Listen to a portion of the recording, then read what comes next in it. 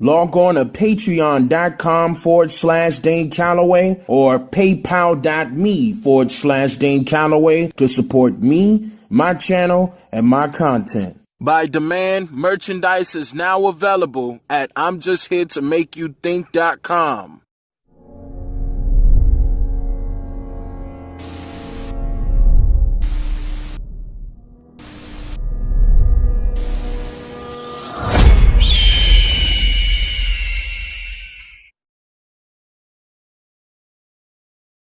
Okay, ladies and gentlemen, now today I want to briefly go over some very essential information concerning this topic at hand. And before I do so, I would like to state a few predominantly powerful and yet relevant quotes. And they are, people are trapped in history, and history is trapped in them. James Baldwin. A people without the knowledge of their past history, origin, and culture as like a tree without roots. Marcus Garvey. Now, a brief synopsis of these quotes entails that you and history are one and the same. History is written every time you're awakened without the convenience of utilitarian pens. And it also entails that cognizance of one's true genealogical background is the key to establishing benevolent growth as a nation of people overall. Now, with all of that being said, what made you believe that you came from Africa? Was it the statements from the white supremacists of the 60s, where they noted that if you don't like what's happening in America today, then go back to Africa? Or was it the establishment of the many activist groups of the 60s, where they marched in demand for equal rights, justice, and racial recognition inside of a capitalist society that was literally built solely on the grounds of inequality, racial discrimination, environmental and social injustice systematically? But the activists had their own individual propaganda?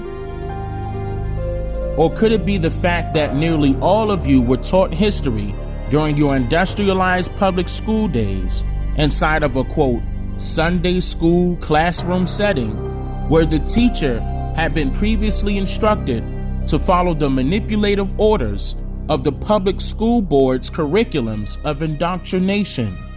In my documentary called The Untold Truth about the duplicity of the public school system, I shared lots of historical accounts and unbiased information covering many details surrounding this entire ordeal. You were told that you came from Africa, but based on what evidence? See, now, the first thing that you learn in a, quote, Sunday school classroom setting is to stand in a straight line, quietly. That's merely a form of submission to authority in order to decimate literacy, a diabolical mind trick that governs you and misleads you directly into weakness. Why? Well, you were taught to listen and follow directions, and be sure to hold all questions until the end of the session. The teachers inform you to only ask the, quote, right questions, but what is considered to be the wrong questions? Well, the wrong questions would be you challenging the teacher with realistic questions that demands answers that will make logical sense. For example, who was the first to say that so-called African Americans came from Africa? Now, there is absolutely no records nor any documentations in Africa right now or even in the past that clearly states that all so-called African Americans immigrated from Africa. The only few that have said this to be true are some of the descendants of the European colonizationalists currently residing in the Americas. Along with the leaders of the Pan-African movement, leaders of the Hebrew Israelite movement, leaders of the Nation of Islam movement, leaders of the pro-black and woke movement, and leaders of the Moorish movement, in which all of these groups coincidentally derived during the early to mid 1900s, at a time when access to the World Wide Web didn't even exist. So who actually manifested the proof to these self-proclaimed leaders that so-called African Americans came from Africa? Not only that, there are plenty of slave trade stories floating around North America with no actual publicly verifiable evidence nor official documentation of the sailboats, which are misclassified as slave ships by some people for some strange reason, that allegedly carried thousands of enslaved Africans from West Africa to North America between the 1600s and mid to late 1800s. Now, mind you, these alleged savage colonizers love to brag about their achievements before and after the slave trade era. So you mean to tell me that they can build Confederate statues and keep them up still to this day, create replicas of old war dugout buildings and battlegrounds, and even reenact famous wars, etc., but not one replica of these sailboats that allegedly carried thousands of enslaved Africans from West Africa to America was made? To elaborate on that note, mind you, if the colonizationalists carried over thousands of enslaved Africans on a sailboat, how did the captain and his crew survive? I mean, where was the room on these sailboats that they needed for their food supplies to last them all for months at a time while traveling back and forth across the Atlantic? Not only that, these sailboats at that time moved along according to the gust of the winds and the streams, or rather waves, of the oceans. So a sailboat captain and his 10 to 15 man crew, along with their limited amount of food supplies and other cargo like silver, gold, and whatever amount of enslaved Africans they captured from Africa, survived those blazing hot summers and those below freezing temperature winters without suffering from anything? Now, many of you would say that there is prehistoric evidence of so-called black people being in ancient Egypt due to a few foreign scientists that have dug up some of the graves there. And I agree with you, but that does not mean that African Americans came from Africa just because those foreign scientists dug up a few graves in Egypt. What is very important to note is that they chose Egypt as their place to dig and not anywhere in North America for some odd reason. Now, some of you may refer to DNA as evidence of so-called African Americans being from Africa, but yet there are two very important factual differences between a paternity DNA test and a genealogy DNA test. I have stated this before in my previous documentary called The Untold Truth about the DNA genealogy test and your results, that genealogy DNA testing is one big fraudulent guess.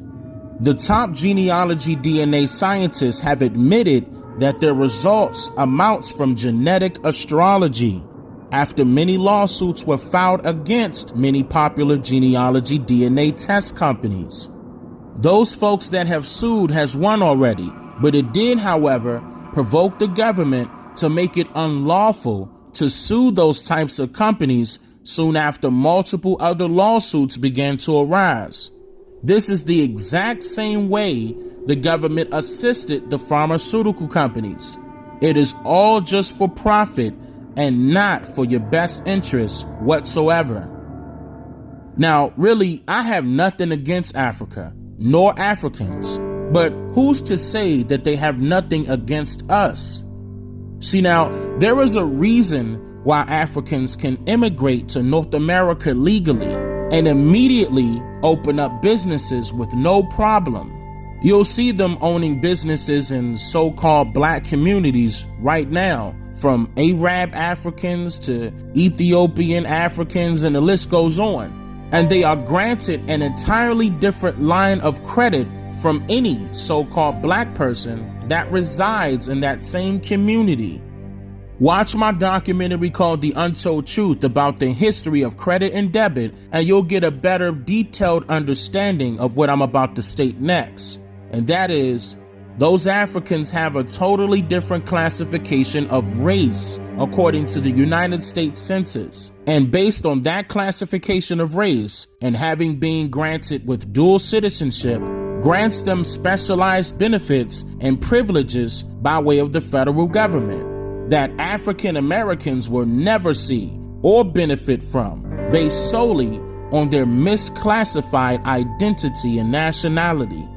Now, according to records, the first enslaved Africans arrived in North America in the year of 1619, and slavery was abolished in North America in the year of 1863. So that gives us a total of 244 years where these European Americanized history books states that a grand total of 12.5 million enslaved Africans were imported from West Africa to North America. Now keep in mind that the U.S. population was not counted by the U.S. Census until the year of 1790, which is 171 years after 1619. So let's divide the total amount of years that it took them to import 12.5 million people. That number will be rounded to 51,230 people imported per year. Now, according to the 1790 census, which was the very first census in history, the U.S. population count was 3,929,214 people. Not everyone was accounted for due to the multiple documented indigenous Niji raids and rebellions that were occurring during this time period.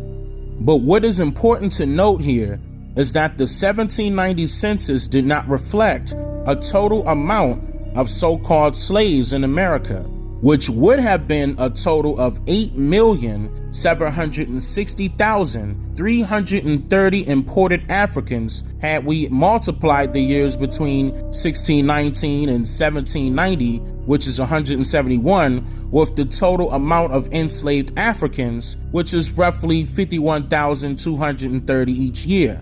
Now, I know what you're saying, but wait a minute, Dane. That wouldn't have made sense anyway. Why would they import more Africans than the total amount of themselves?